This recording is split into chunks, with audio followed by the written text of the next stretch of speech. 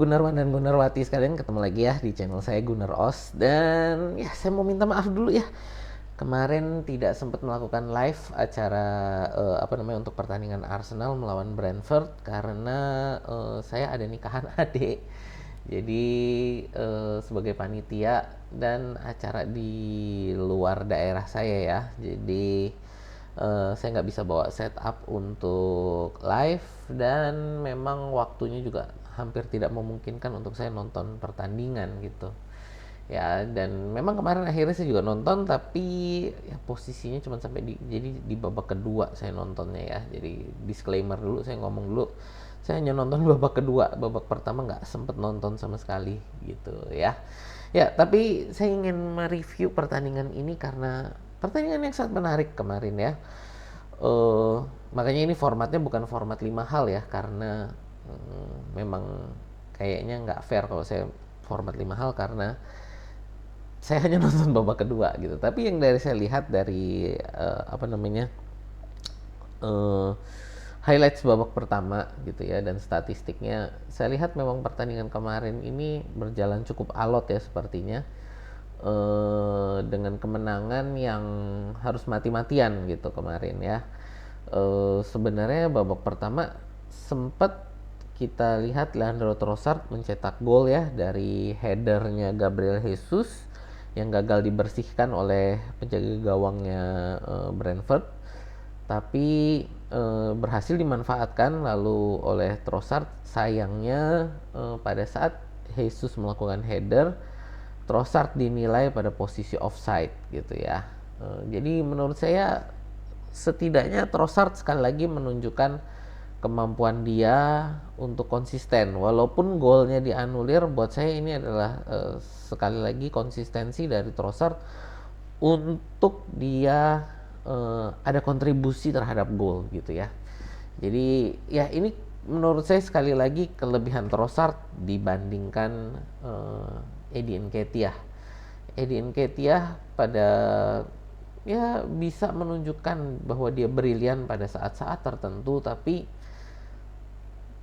kekurangan dia kan selama ini adalah konsistensi ya. Jadi walaupun ya tadi saya, kalau dia bisa berkontribusi terhadap gol walaupun nanti dinilai bahwa golnya offside, bahwa golnya nanti dianulir karena satu dan lain hal gitu ya, paling enggak ada konsistensi di situ, kontribusi gol.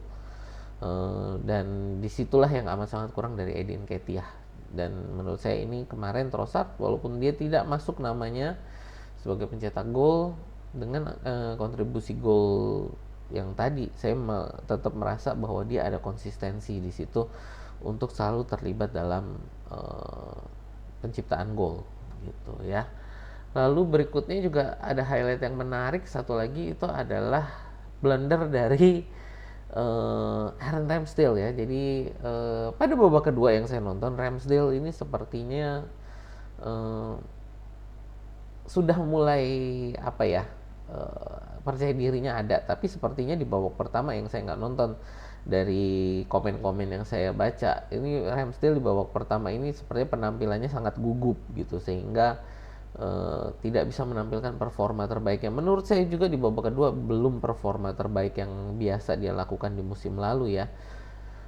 Cuman di babak pertama sepertinya ini sangat gugup sehingga dia melakukan blunder yang untungnya di sini Declan Rice sangat jeli gitu ya. Saya lihat Declan Rice ini sangat jeli melihat ruang yang ditinggalkan Ramsdale, sehingga dia pada posisi yang sangat baik untuk bisa membuang bola keluar dari area gawang gitu ya, sehingga bola yang tadinya hampir gol berhasil ditolak gitu kan oleh Declan Rice. Nah inilah kenapa Declan Rice ini sangat pantas dengan harga 105 juta pound sterling kemarin. Ini nilai yang amat sangat pantas gitu ya. Jadi memang saya rasa juga musim depan kita akan melakukan overhaul ya, akan melakukan perombakan besar-besaran terhadap midfield kita, terutama untuk defensive midfield ya. Kenapa? Karena kita musim depan kemungkinan besar akan kehilangan Thomas Partey, Jorginho dan Mohamed Elneny gitu ya. Semua adalah pemain-pemain senior nih ya dari Arsenal yang beroperasi sebagai pemain nomor 6 dan pemain nomor 8 ya, sebagai midfield yang agak maju dan midfield yang bertahan gitu. Nah, inilah makanya menurut saya Declan Rice ini sangat penting. Kemarin kita beli seharga 105 juta karena dia bisa bermain sebagai nomor 6 dan nomor 8 gitu, dan sebagai defensive midfield dia sangat jeli, sebagai pemain penyerang dia juga sangat aktif gitu ya. Jadi kita lihat juga kalau di babak kedua kan dia ada satu kesempatan untuk menendang bola dari jarak jauh ya, walaupun melesetnya tipis loh. Jadi dari luar kotak penalti dia melakukan tendangan ya, meleset ke sebelah kirinya dia, jadi sebelah kanannya penjaga gawang Brentford, jadi sebelah kanannya Brentford tapi sebelah kiri kita meleset tipis ke keluar gawang gitu kan. Itulah makanya menurut saya Declan Rice ini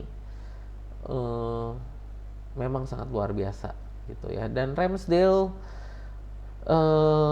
di babak kedua menurut saya juga mulai bisa melakukan penyelamatan yang ya nggak sampai gemilang sih ya, tapi yang cukup penting gitu ya, terutama di akhir-akhir babak kedua ya, dimana Arsenal mulai bermain sangat defensif ya, sekitar 10-5 menit terakhir lah kalau kita menghitung injury time ya, sekitar 10 menit terakhir kalau kita hitung injury time itu Arsenal bermain sangat bertahan, dan Ramsdale melakukan penyelamatan penting gitu kan, nggak luar biasa tapi sangat penting menurut saya ya. Dan di situ juga di akhir pertandingan kita lihat para pemain Arsenal gitu kan, ini semua datang memeluk Ramsdale gitu kan, untuk memberi dia semangat gitu kan, karena memang Ramsdale ini posisinya menurut saya saat ini percaya dirinya dia sudah sangat ambruk seperti Kai Havertz di awal musim. Nah, jadi berkebalikan ketika sekarang Kai Havertz udah mulai naik ya percaya dirinya, Ramsdale ini sekarang yang perlu didorong, dibantu ya, untuk ditopang oleh teman-temannya gitu. Dan kemarin dengan berakhirnya pertandingan, para pemain lalu datang dan memeluk Ramsdale. Menurut saya inilah bentuk kekeluargaan di Arsenal gitu ya. Ya memang kita harus profesional bahwa pemain yang terbaik yang bermain di lapangan, tapi juga bahwa di sini pemain yang perlu dukungan moral gitu ya. Semuanya datang untuk membantu, memberikan dukungan moral ya. Kemarin ke Kai Havertz, hari ini pada pertandingan kemarin ke Ramsdale, lalu sebelumnya juga kepada Elneny yang akan segera pensiun ya. Kemarin kan para pemain Arsenal menunjukkan supportnya kepada Elneny dengan membantu dia melakukan scouting untuk dia mau mendirikan klub baru kan gitu ya. Ya itulah, jadi menurut saya inilah keluarga Arsenal gitu ya. Kita sebagai klub bukan hanya sebagai klub tapi memang sebagai keluarga. Inilah apa ya, pengejawantahan dari moto kita ya, Victoria Concordia Crescit, kemenangan melalui harmoni ya. Dan disinilah Arsenal itu sangat unggul saat ini karena keharmonisan kita gitu ya. Inilah yang dibangun oleh Arteta, keharmonisan di dalam tim gitu. Nah, berikutnya saya juga mau ngomong tentang golnya kayak Havertz ya. Jadi golnya tap, ya kalau mau dibilang tap in lah ya, dengan kepala pada posisi yang sangat sederhana gitu, tapi bahwa positioningnya itu untuk bisa mencetak gol yang kelihatannya sederhana itulah yang luar biasa ya. Kalau dilihat pergerakan tanpa bolanya Havertz kemarin itu ya, ya sudah mulai menunjukkan percaya dirinya dia yang mulai meningkat. Bagus, sebelum-sebelumnya ya sekitar 7-8 pertandingan yang lalu ya, itu masih sangat kelihatan dia percaya dirinya belum ada, sehingga untuk dia posisi lari, memposisikan diri untuk menerima bola, itu semua masih positioningnya masih jelek.